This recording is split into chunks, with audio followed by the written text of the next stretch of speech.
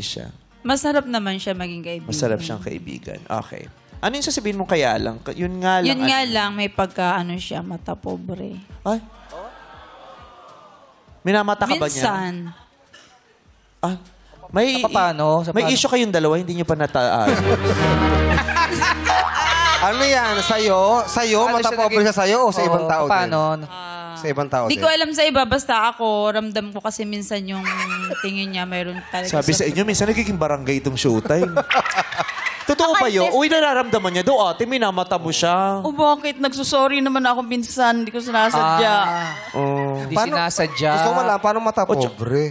Paano ba? Alam, naiiyak si Ate Virgie. Nilalait niya ba yung anong minamata niya sa'yo? Ang ganda-ganda mo naman. Wala ka na makita kalait. Ang ganda ng perfect ng hair mo. O makeup mo maganda. Alam mo, Yung kaya boots. huwag masyadong ilapit. Pakit. Huwag kang confident ka. Maganda. Ang ganda mo today. Oo. So, nasasaktan ka. Parang minsan, pag inano niya ako, parang ang baba, minsan ng tingin ko sa sarili ko. Ay. Mag-best friend ba talaga kayo? Best friend ba kayo? Doon, talaga doon ko nakikita na minsan pag may tampuhan kami, tapos pag sinabihan niya ako ng ganun, andun pa rin, maya-maya naghingi naman siya sa akin ng sorry.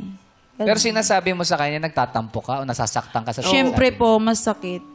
So, Ano sinabi sa palagay mo, paano siya magugustuhan ngayon ng mga lalaki kung ganyan?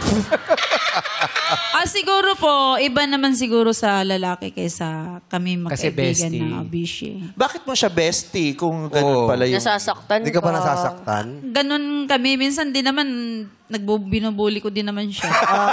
Gantihan lang. Yun pala eh. Ganti-ganti lang naman. Oo. Pareho lang din naman pala kayo. Kaya hindi pwedeng umarte kahit sino. Kasi pareho lang din naman sila binibigay sa isa't isa. Meron pa kayo ibang kaibigan? Bukod sa inyong dalawa. Wala na, di ba? Kayo-kayo lang nagtitiis sa isa't isa. Okay. Marami.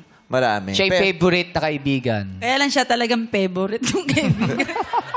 Kasi sa pagkakasabi ko na ng favorite, naramdaman ko yun, nasabi yung favorite. Favorite mo siyang kaibigan, tama? Opa. Pero nung sinabi niya rin yung ano niya, parang ang lalim din nung sama ng loob niya. Minsan talagang masakit.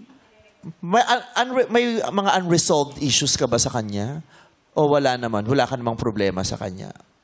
Wala naman. Pag kami kasi mag-bishi, pagka ano yung nasabi niya, tapos ako din ano yung nasabi sa kanya, wala na yun.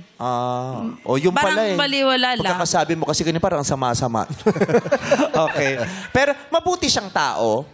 Opo, mabuting tao yan. Mapagkakatiwalaan siya. Mapapagkatiwalaan Hindi niya. siya chismosa. Hindi chismosa yan. Hindi siya chismosa. Mabait siya sa kamag-anak.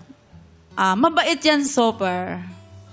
Super Latina. Super Latina. Yun ang usong term ngayon, super Latina. Tama. Very Gen Z. I like it.